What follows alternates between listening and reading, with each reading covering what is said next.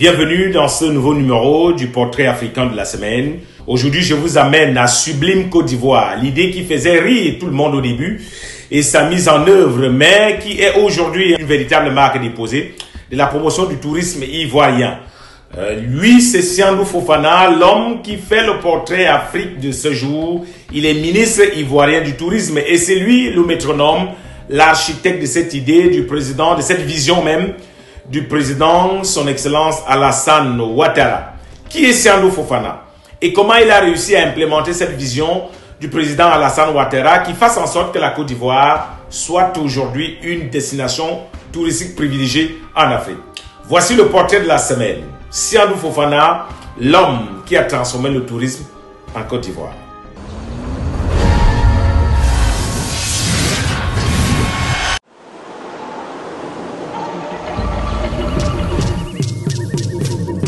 Du nord au sud, de l'est à l'ouest, avec plus de 60 ethnies, le peuple ivoirien est une vraie mosaïque culturelle.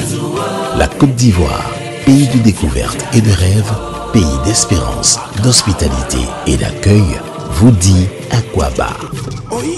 Sublime Côte d'Ivoire. L'idée faisait rire tout au début, mais sa mise en œuvre est aujourd'hui une véritable marque déposée de la promotion du tourisme ivoirien. Lui, c'est Siandou Fofana, le ministre ivoirien du tourisme et des loisirs. Il est l'ingénieur, on dira même l'architecte de cette vision du président de la République, son excellence Alassane Ouattara. Siandou Fofana, ce nom ne vous dit peut-être pas grand-chose, même pour ceux qui vivent en Côte d'Ivoire. Mais c'est lui, le cerveau de ce qu'on pourrait qualifier aujourd'hui de la réussite totale du projet Sublime Côte d'Ivoire dans le domaine du tourisme. Star du show business, reine de beauté, légende du sport, influenceur, homme d'affaires, la Côte d'Ivoire est devenue une destination privilégiée en Afrique. Comment un pays dont on croyait n'avoir aucun atout touristique capable d'attirer les touristes a réussi à renverser la vapeur et se positionner aujourd'hui en Afrique noire comme l'un des meilleurs qui se vend le plus à l'international? Voici encore une tête ivoirienne.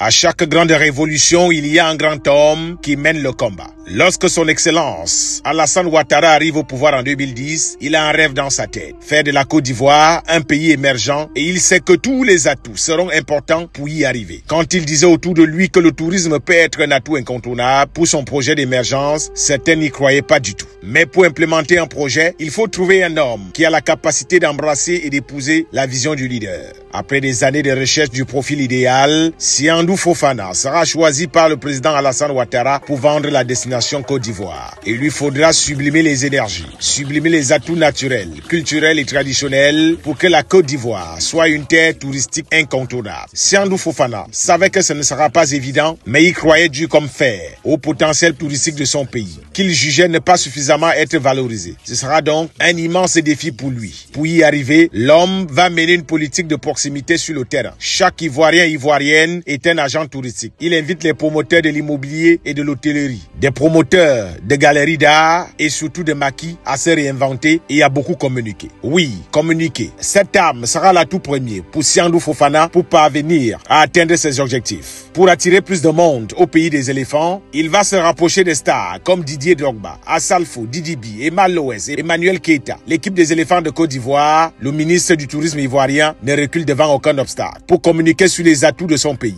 L'occasion parfaite lui sera accordée lors de la CAN Total Énergie 2023. Siandou Fofana sait que l'heure est arrivée pour lui de sublimer enfin cette vision de la Côte d'Ivoire, de faire de ce pays l'une des 5 destinations les plus prisées du monde. L'idée faisait rire pourtant, mais aujourd'hui, il commence à se rapprocher de son but. Il va convoquer son état-major et leur donnera des orientations strictes et fermes, comment et pourquoi il faut vendre la destination Côte d'Ivoire. Et comme on dit généralement, son action sera un coup d'essai pour un coup de maître lorsqu'il réussira dans son secteur à fédérer tout ce qui aurait pu promouvoir les atouts de son pays. Influenceurs de tous bords, TikToker, le maire Dagny Bilokru va se donner corps et âme pour que l'occasion de cette CAN soit inoubliable pour le projet Sublime Côte d'Ivoire. Et le résultat sera sans appel. Le pays des éléphants titille la barre des recherches Facebook et TikTok pendant 2 semaines. Le secteur de l'hôtellerie explose. Tout le monde est séduit par Sublime Côte d'Ivoire. Aujourd'hui, aujourd'hui que la vision est pratiquement implémentée et révolutionne le secteur du tourisme, Siandou Fofana peut donc garder le sourire et continuer à rentabiliser le partenariat avec l'Olympique de Marseille. Et comme on dit chez nous les Bantous, même si tu n'aimes pas le lièvre, reconnais quand même qu'il court vite. C'est d'envisager